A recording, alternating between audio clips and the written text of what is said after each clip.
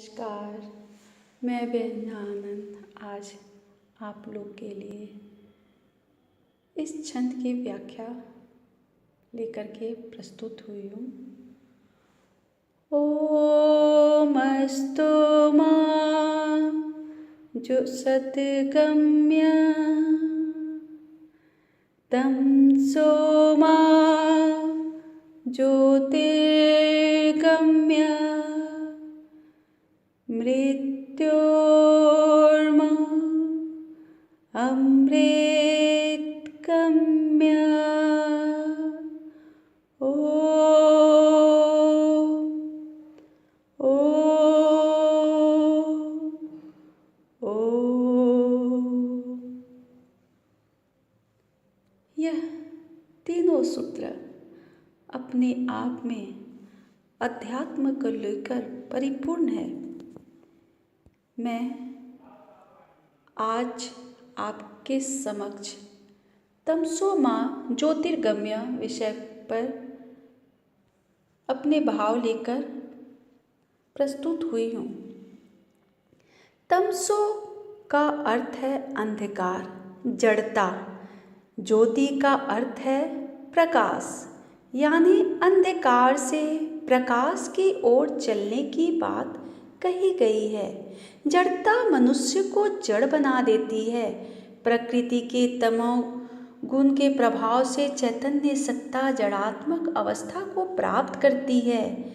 चूँकि मनुष्य एक चैतन्यशील जीव है और उसकी चेतना उसके मन को पूर्ण सत्ता से मिल जाना है, इसलिए योगी कहते हैं किसी भी परिस्थिति में जड़ता की ओर नहीं जाना। मन का जो आभोग है, मन के चिंतन की जो वस्तु है, वह चैतन्य सत्ता होनी चाहिए और परम चैतन्य सत्ता ज्योतिर्मय है। तो वह जो दिव्य लोक है, उस दिव्य लोक की तरफ मनुष्य के मन को आगे बढ़ाना है। इसलिए कहते हैं, हिदायत करते हैं, दिशा निर्देश देते हैं कि जड़ता रूपी जो अंधकार है, जड़ता रूपी जो दिग्भ्रमिता का भाव है, मन में तम का भाव है, यह सब जड़ता के ही कारण है, तमसा के ही कारण है। तो जब तक मनुष्य का मन द्वंद्वात्मक रहेगा, तब तक मनुष्य अपने जीवन के परम लक्ष्य की ओर आगे नहीं बढ़ पाएगा और इस जीवन में भी वह बहुत बड़ा काम नहीं कर पाएगा। इसलिए उस आलोक की तरफ चलना होगा जो जीवन का उत्स है, जो जीवन का स्रोत है, जहाँ पर जीवन की सारी तरंगे हैं, सृष्टि की सारी तरंगे जहाँ से निःसृत होती है और जिस परम सत्ता के में तरंगे अनंतः विलीन हो जाती है, वह जो सत्ता है, वह जो दिव्य स्वरूप है, उस दिव्य लोक की प्राप्ति करनी ही होगी। इसके अलावा और कोई उपाय नहीं है।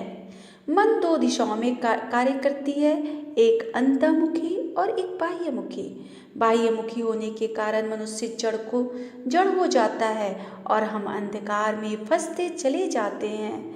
इस श्लोक के माध्यम से ऋषि हमें बताते हैं कि जागतिक कर्म हो या आध्यात्मिक धर्म साधना हो, दोनों के लिए मनुष्य को अपने द्वंद्वात्मक भाव से ऊपर उठना ही होगा और इसके लिए धर्म साधना करने की आवश्यकता है, सद्गुरु के मार्गदर्शन की आवश्यकता है, दीक्षा की आवश्यकता है।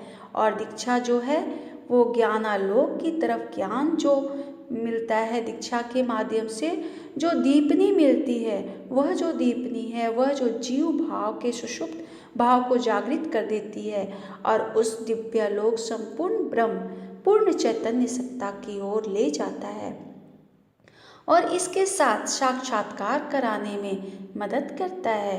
तो यह कार्य करता है सद्गुरु। सद्गुरु शब्द दो शब्द से मिलकर बने हैं। गु का अर्थ होता है अंधकार और रू का अर्थ होता है दूर भगाने वाला, अर्थात जो अंधकार को मिटा दे। तो मनुष्य को चाहिए कि जड़ भाव से, अंधकार से प्रकाश की ओर यानी चैतन्य भाव की तरफ आगे बढ़ना, चैतन्य सत्ता की प्राप्ति के लिए, उनकी अनुभूति के लिए परमानुभूति के लिए यही भाव इस श्लोक में छिपा हुआ है और यह कार्य सिर्फ और सिर्फ गुरु ही कर सकता है। अतः अच्छा गुरु बनाए जो आपकी जिंदगी ही बदल दे। आप अंधकार से प्रकाश को, उस पूर्णता को प्राप्त कर ले। इति शुभम।